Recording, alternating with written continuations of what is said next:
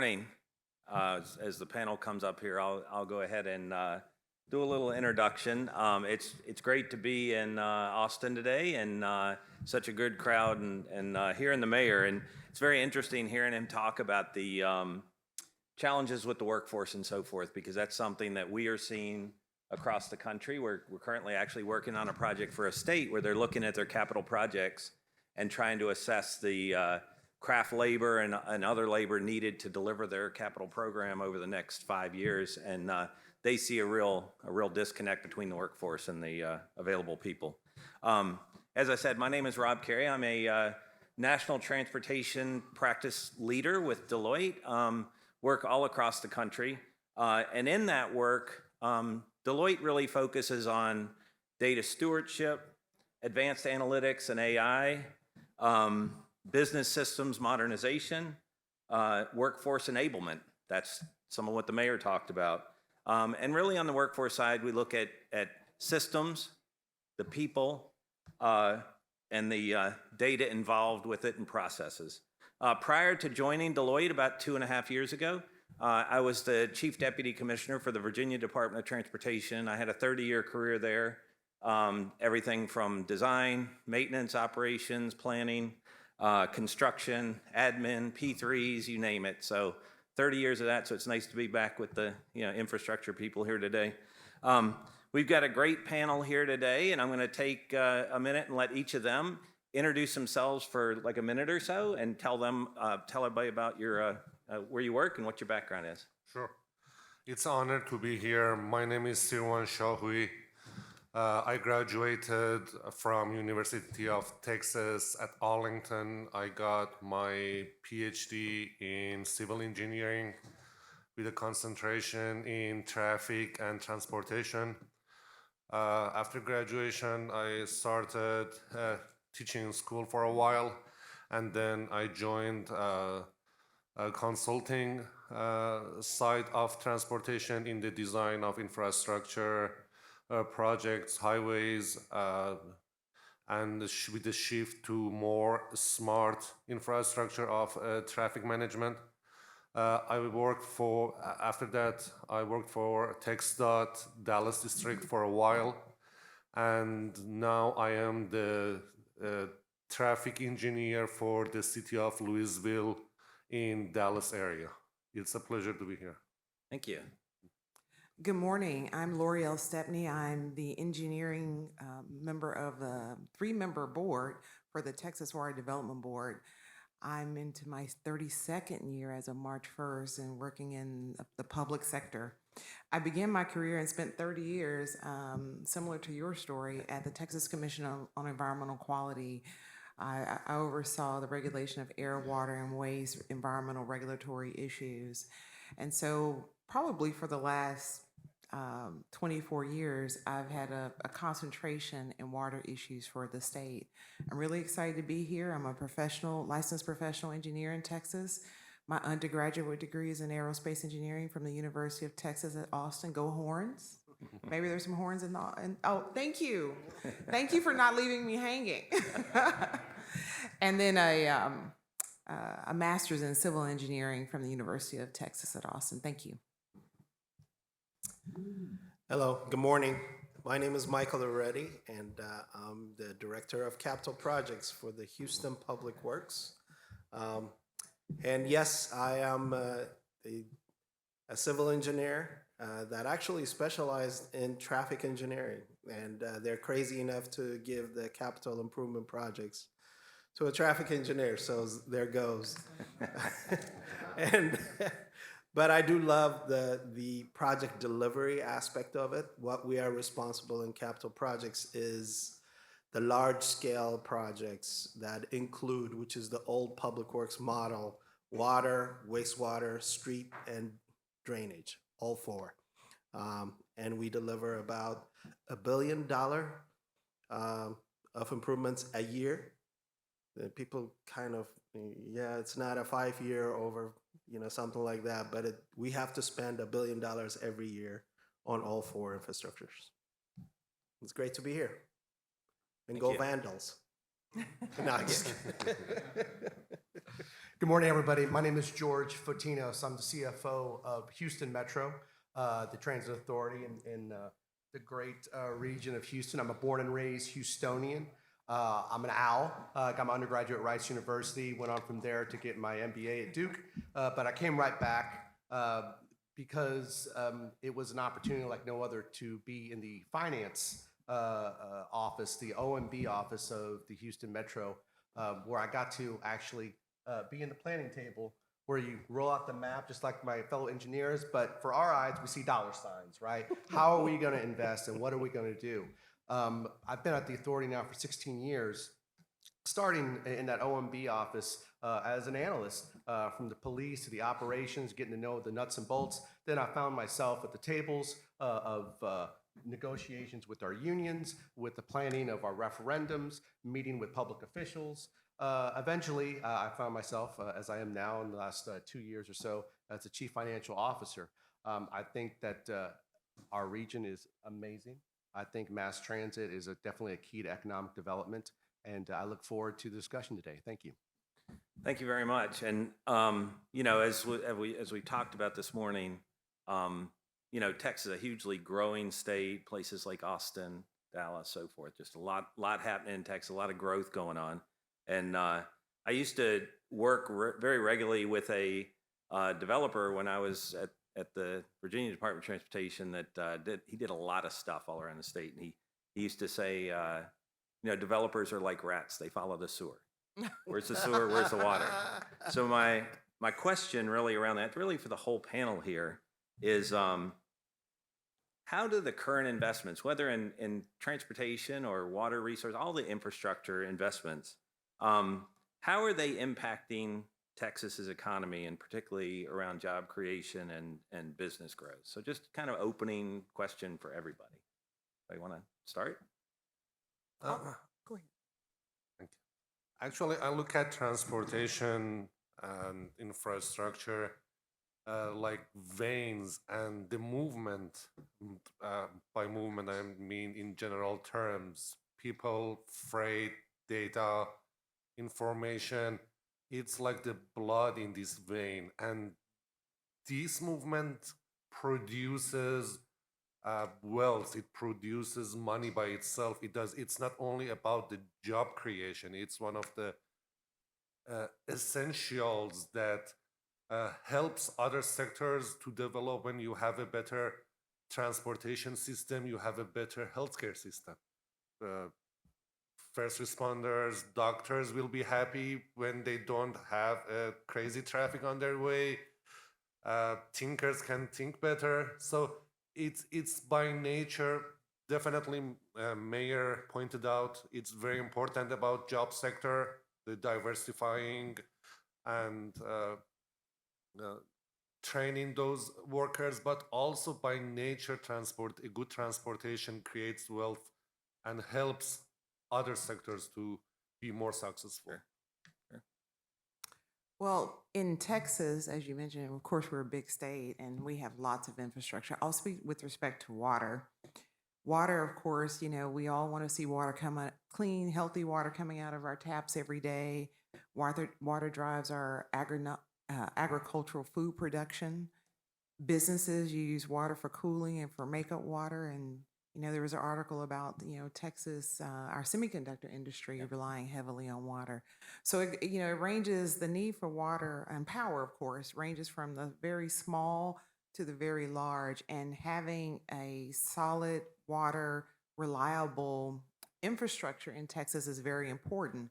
And so at the state level, we've been partnering with our local partners for years, and the state has invested billions of dollars into upgrading our aging infrastructure as well as innovation, putting in, new ways of thinking about water and transporting water. Just like transportation, I would say that water is absolutely key to driving our economy and driving the health of our communities. And the state is definitely investing in that. At the Texas Water Development Board since 1957, we've invested $36 billion in partnership with our local providers. So, and that's a really big thing for us. It's a really big thing for our legislature. And so we continue to do that. Yeah. City of Houston is definitely thankful. One of our partners. There you go. But I would say in Houston Public Works, we actually have a purpose that we always recite in every meeting. It is together we create a strong foundation for Houston to thrive. And if there's one thing I tell any new employee that comes into Houston Public Works, is that we are the foundation. Street drainage, water, and wastewater. It's not sexy, but it is the foundation where all the other sexy stuff can happen on. Without it, there's no house. And really, the telltale for that is nobody ever notices it until it goes wrong. And no thank you is a great job in our business. Okay, nobody notices it. You just go to your work and you didn't even blink an eye. So it's kind of a easy question, I think. But we are the foundation. So I like to think of a phrase I heard, which is that demographics is destiny. And if you look at our regions in Texas and in Houston, we see what's happening. We see where the train is going, the population that's going to swell, the jobs that are going to be created. And you look at these maps and you see all the dots on there, and you have to ask yourself, is this a good thing or a bad thing when people can't get to those jobs? When this is just a whole situation of congestion, getting people from A to B, mass transit, multimodal, that is something that is a key element to socio and economic mobility, socio and economic prosperity. And it's not just in a specific mode, right? We're not dogmatic about everybody has to be on a train, everybody has to be on a bus. We're talking about all the modes. And we're also talking about investments in roads and bridges, right? And all the different infrastructures. All those are key components to investing in the region and making the region an economic and socio-economic development success story. So, George, I want to come back to you because the sustainable funding and sustainably developing plans to do it, I mean, that's right in your wheelhouse. And I know that's something that I have a lot of background in. It's challenging. There's never enough money to do everything you want, but how do you do it in a way that does create a sustainable pipeline that tries to keep up with things as they grow and so forth? Sure, and I appreciate the question. And just a reminder, I'm a CFO, so I look at things with a financial lens. I see dollar signs, and to get to sustainability, when I hear sustainability, I think long term, because you have to look at things long term. Whenever you invest in something, in a project, for example, right, the life cycle of that project, the start and finish, well, that's just phase one. After that, you have the O&M of that project, right? That stays in your operating budget to kingdom come. And then you also have your state of good repair. You have to keep investing in that asset. So looking at your cash flow on a long range is hugely important. And there's strategic elements too, right? I always caution kind of jumping into a project because there's an available, let's say, grant source. That's always the big one, right? There's a shiny object there. Let's go get it. Why? Because we can get a grant and do it. Well, what happens if we get a grant and do that? Well, maybe we get 80% of the project completed, and then after that, what happens? Well, we got to pay for the O&M, and that asset is not going to get any younger. It's going to get older. So we have to keep investing in that. So making sure that you're strategic, you're not just knee-jerk reaction going towards what's available, making sure that it's in alignment with your cash reserves, your cash objectives. I think it's hugely important. And in our space, right, in the government space, you know, dealing with long-term versus short-term can be challenging, right? It's taxpayer money. What are you doing with our money?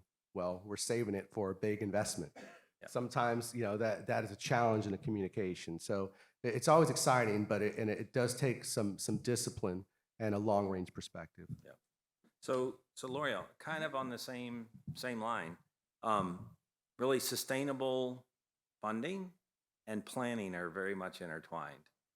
Can you tell us about some of the things that you all are working on across Texas to try to have that sustainable plan and funding? That's such a great question. So let's talk about the planning first. Texas has a few innovative programs, I would say, from a planning standpoint. We've been planning. We have what we call the state water plan. We've had a state water plan since the 50s. But in the 1990s, when we went through a really severe drought, our legislature, again, foresight, and decided to move it from a top-down approach to a bottom-up approach. And so now we, as an example, have 15 regional planning groups around the state that have 20 different interest groups representing cities, industry, the environmental groups, and many, many more. And they look at their local needs and, they roll those up into those plans. What are our local needs? What are our demands? What are our population projections? How much water do we have and how much do we need? And that's rolled up to the state level. We're doing something similar with flood, which definitely impacts transportation and drainage. So that way we hear from the locals. Now, from the funding standpoint, again, we have a few programs that really look at long-term sustainability and how we're going to fund projects.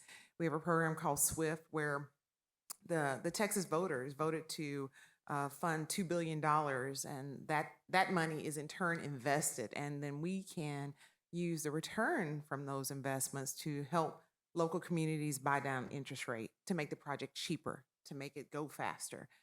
So we have a few programs like that, and we also partner with the federal government. We have a few revolving fund projects. So as soon as those funds are repaid, we can reinvest them long term to help with sustainability. And the last point I'll make is, gosh, we have a lot of aging infrastructure.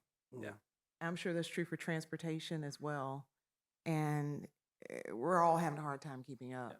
So. Yep. Okay, I'm going to come over to Michael next. Yeah. 10 years ago, I would go to conferences and you didn't hear anybody talk about data science, data analytics, AI. Just at least in the civil engineering transportation world, it just wasn't talked about. Now you go every conference, everybody wants to talk AI. They want to talk about analytics and data and all those things. So tell us a little bit about how you're preparing for emerging technologies in what you're doing across Houston. Yes, it's a hard lesson. I would tell you 5 years ago when I started this job, I really thought, there's got to be one solution that's going to help us. So we went that approach quite a lot. And the technology literally surpassed us within 2 to 3 years. Now, I can talk about power apps and things kind of automation tools have created all this area that is just mind-boggling to me how it has changed and transformed how we do routine things continually. Even within Houston Public Works, that we are producing a lot of these applications, which is really great. I call them spreadsheet busters, really, because it was been like in a spreadsheet on someone's desk for a long time. Now we got to get it out of there. But one thing I would advise is the lessons learned with this is you really have to have a good data management system that keeps everybody on the same page. It is good to have those automation, but how do you combine all that to make useful decisions as you move along? So that's really what we're doing within the city of Houston. And you know how it is, right? What is better than more data is more data, right? So with this AI age, good, very available data for decision making is really critical. Yeah. And Sirwan, I want to ask you about you're in the Dallas region, right? And how are you all handling really urban mobility? I mean, when you see places that are really growing that maybe traditionally that were very car dependent, and earlier people on the panel, the mayor talked about the need for other modes, really. Just single occupancy vehicle is not a solution everywhere as places grow. So just interested in how you all may be dealing with some of that urban challenge. Actually, we are not here to say everything is beautiful and everything is great. And Uh, for those who know Dallas area, they can confirm that in past 7, 8 years, the traffic has booming with all the highways, 365 and LBJ, construction of George Bush Turnpike. Still, we have a lot of traffic, and there are a couple of challenges and a couple of problems that we have. I believe that these are my personal beliefs. Uh, but in Dallas region, unlike the Houston area, Austin area, we have more scattered structure of cities, small cities, and coordination between these cities is a challenge. As an engineer, that I have to coordinate with my surrounding cities, Coppell, Flower Mound, etc. Uh, we can do small projects, we can do coordinate, but uh, here comes the role of Big Brother. We don't want Big Brother to take only the money, also we want them to take the responsibility. Sometimes, most of you may know Dallas North Tollway. So right now from downtown Dallas, it has stretched to Frisco, Prosper, and it goes all the way almost to Oklahoma border. And the only thing is Dallas North Tollway and US 75, and all the traffic is pouring, and it's always traffic. So I always think about, and now what's the solution? Expansion, adding lanes. And once we had toll roads, legislation came up that if you want to build a toll road, you should have a general access. Nowadays, investors use a trick. They build something is called express lanes. So they have the general, but they have 2 lanes for express lanes. And I always wanted to see some sort of high-speed rail connecting downtown of these cities, starting from north, stop in Prosper, stop in Frisco, stop in Plano, and all the way. And I think the capacity, but that needs some organization. I know in CityCog, our MPO is working on it, but they have their own limitations. So I think organizational coordination is something that is missing specifically in Dallas area. Okay, all right. George, these are big decisions around how to spend money. What do you, as we've talked about here, which things are you going to invest in and how? An important piece of that obviously is public. It's their money, right? How do you really, strategies are you all using around stakeholder engagement when you're making decisions on how to fund these projects? Because they're generational, they're sometimes multi-billion-dollar investments, and you have to get the public on board. Sure. I mean, let me preface by saying public engagement is really the bedrock of a lot of these investments. Sure. You could have the most amazing, brilliant designed infrastructure, but if there's no public buy-in, that will torpedo that real quick. And especially if you're trying to get public funds, right, federal funds, which supports most of these big projects, you have to have that. So engaging in a public is something that I'm going to borrow a phrase from a consultant. It was a Deloitte consultant, actually, who used this terminology. We were a client of theirs once. Culture eats strategy for breakfast, right? If anybody's ever heard that, it was the first time I heard it. But the idea is, just like I said, if you can have the best strategy ever, but if the culture's not there, if the community's not demanding it, if there's not an ongoing discussion to kind of,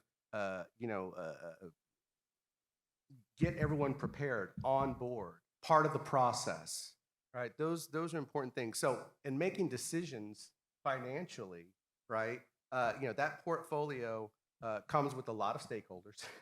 There's the public, the community that's actually being affected by it. Obviously, there are other stakeholders, right? A lot of times, a lot of these projects are multi-year. So, it's not like they're just beginning, right? They've been ongoing for a while. And so trying to complete them, is of key interest, just because we don't want this thing lingering at some point, right? Um, but also the KPI, if you will, kind of the return on this investment. What are we getting?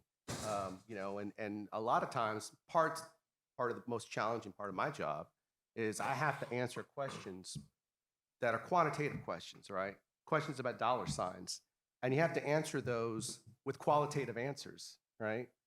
We're in the service business, like schools and hospitals.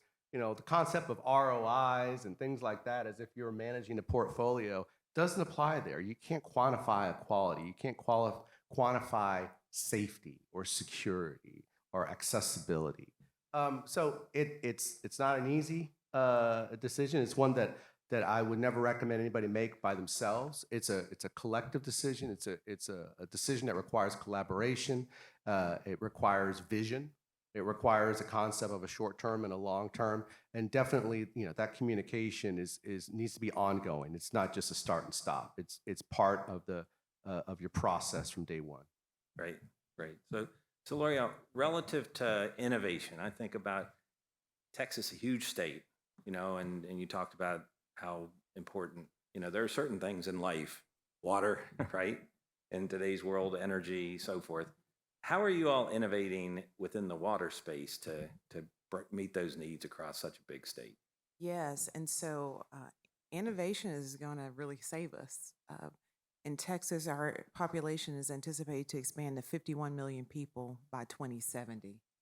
And the economic loss and job loss associated with not having sufficient water supply, and if there is a really, really severe drought, are staggering. And so, we're approaching innovation in a number of ways. First of all, as I mentioned before, on the funding, making sure that we can partner with local folks to buy down the interest rate or provide grants to disadvantaged communities or rural communities. Even recently in November, the voters elected to set aside $1 billion, another $1 billion for water supply projects. And a part of that, 25% of that, has to be used for new sources of water, basically things we've never thought about. And that is really, really key. I will also say that I think one of the things that we do really well in Texas that may or may not exist in other states is, like you talked about, the stakeholder process, from bottom up, get everybody involved at the same time. All of those things are really, really key. We're also doing things like, I'll pick a different word, direct potable reuse, for the wastewater aficionados in the room, where you kind of treat the wastewater and then pipe it directly to the drinking water plant. Of course, they have to have multiple engineering protection barriers along the way. So that sort of thing, desalination, treating brackish groundwater or seawater. Also, in Texas, we're a large oil and gas state. There's lots of produced water that's generated from those processes. So folks are looking at ways to innovate that, to treat that water supply. So those are some of the things. And then, of course, let me not forget to say conservation, right? Protecting our existing supplies. In our 50-year plan, our state water year plan that looks 50 years out, conservation, it makes up about 25% of those steps that we'll need to supply Texas. Okay. Time check, are we good here? Okay, yeah, just we had some debate about whether it's 30 or 40 minutes. Just wanted to check in. So with that, I want to thank all of you all. And if you have a few minutes afterwards to go out in the hall, if anyone has any questions or anything, thank you all very much for your time and the great information here today. And let's give them a round of applause.